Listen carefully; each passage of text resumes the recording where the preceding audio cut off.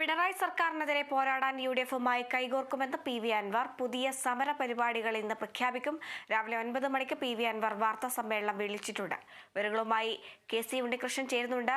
ഉണ്ണി, 9 മണിക്ക് വാർത്താ സമ്മേളനം വിളിച്ചിട്ടുണ്ട് പി.വി. അൻവർ. എന്തൊക്കെ കാര്യങ്ങളായിരിക്കും ഈ വാർത്താ സമ്മേളനത്തിലൂടെ പി.വി. അൻവർ പറയുക?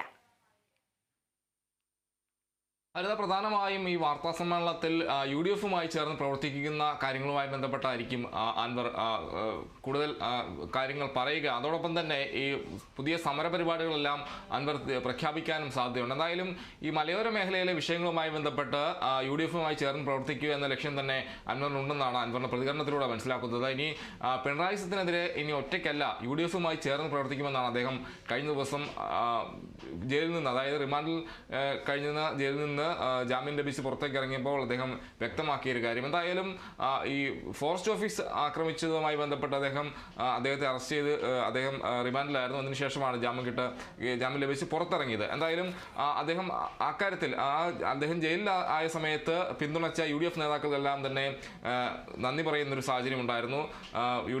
പ്രതിപക്ഷ നേതാവ് വി.ഡി. സതീശൻ, അതോടൊപ്പം തന്നെ പി.കെ. കുഞ്ഞാലിക്കുട്ടി, കെ. സുധാകരൻ അടക്കമുള്ള നേതാക്കൾക്ക് അദ്ദേഹം നന്ദി പറയുന്നൊരു ഒരു കാര്യമുണ്ടായിരുന്നു. അപ്പോൾ ഈ നേതാക്കളെല്ലാം തന്നെ പിന്തുണയുമായി രംഗത്തെത്തിയ സാഹചര്യത്തിൽ അവർക്കൊപ്പം ചേർന്ന് പ്രവർത്തിക്കുക എന്നൊരു കാര്യം കൂടി അൻവറിനെ സംബന്ധിച്ചുകൊണ്ടെന്നാണ് മനസ്സിലാക്കാൻ കഴിയുന്നത്. എന്തായാലും നിർണായകമായ അദ്ദേഹം കൂടുതൽ കാര്യങ്ങൾ, ഈ സമരപരിപാടികൾ അടക്കമുള്ള കാര്യങ്ങളുമായി ബന്ധപ്പെട്ടൊരു പ്രഖ്യാപനം അദ്ദേഹത്തിന്റെ ഭാഗത്തു നിന്ന് ഇന്ന് വരുമെന്നാണ് മനസ്സിലാക്കുന്നത്. എന്തായാലും രാവിലെ 9 മണിക്ക് തന്നെ വാർത്താ സമ്മേളനം വിളിച്ചിട്ടുണ്ട്. അതിൽ കൂടുതൽ കാര്യങ്ങൾ പറയുമെന്നാണ് മനസ്സിലാക്കുന്നത്. അതോടൊപ്പം തന്നെ ഈ വന്യജീവി ആക്രമണവുമായി ബന്ധപ്പെട്ട് ഉള്ള സംഭവങ്ങൾ, അതുമായി ബന്ധപ്പെട്ട് വനംവകുപ്പ് ഉദ്യോഗസ്ഥരുമായി ബന്ധപ്പെട്ട വലിയ വിവാദങ്ങളെല്ലാം തന്നെ നേരത്തെ ഉണ്ടായിരുന്നു. അവരുടെ അനാസ്ഥയാണ് കഴിഞ്ഞ ദിവസം മലപ്പുറത്ത് ഒരു യുവാവ് കട്ടള ആക്രമണത്തിൽ കൊല്ലപ്പെടാനുണ്ടായ സാഹചര്യമെന്നെല്ലാം തന്നെ അൻവർ ആക്ഷേപിച്ചിരുന്നു, ആരോപണം ഉന്നയിച്ചിരുന്നു. ആ കാര്യങ്ങളെല്ലാം തന്നെ വീണ്ടും ഈ ഉന്നയിക്കാനുള്ള സാധ്യതയും കൂടെ കാണുന്നുണ്ട്. എന്തായാലും രാവിലെ 9 മണിക്കാണ് ഈ വാർത്താ സമ്മേളനത്തിൽ കൂടുതൽ കാര്യങ്ങൾ